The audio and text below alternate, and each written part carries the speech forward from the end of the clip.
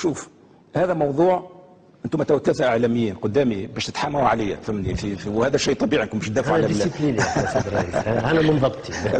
شوف نجم تقول اللي انا الاعلام عمل في شر الشعف في 9 اشهر، وبين قوسين انا بكل صراحه نقول هذه لحظة المفصلية باش نظهر هل أنا ديمقراطي أو لا، لأن الفرق ما بين الديمقراطي وغير الديمقراطي هو قدرته على تحمل النقد، والظالم منه والشاتم منه والهدام منه. يقول لك نقد البناء كلام فارغ، كل نقد هدام فهمني، نحب نهدمك نحب ندقدقك فهمني. هنا تظهر ديمقراطية الشخص، قدرته على تحمل النقد. إذا لم يقدر على تحمل النقد فمعناه أن الديمقراطية نتاعو ضعيفة. ولهذا أنا تو كياك اللي ينمي العضلات، ما تعرف أنت تنظم العضلات، أنا تو قاعد ننمي في عضلات الديمقراطية بتحمل كل هذا أنواع النقد.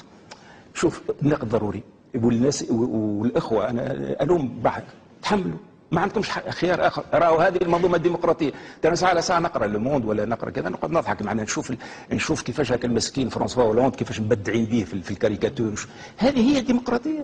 تحب على الديمقراطيه بدون نقد وبدون نقد هدام، هذيك هي الديمقراطيه. هذا هو الديمقراطيه، لازم تقبل العلم.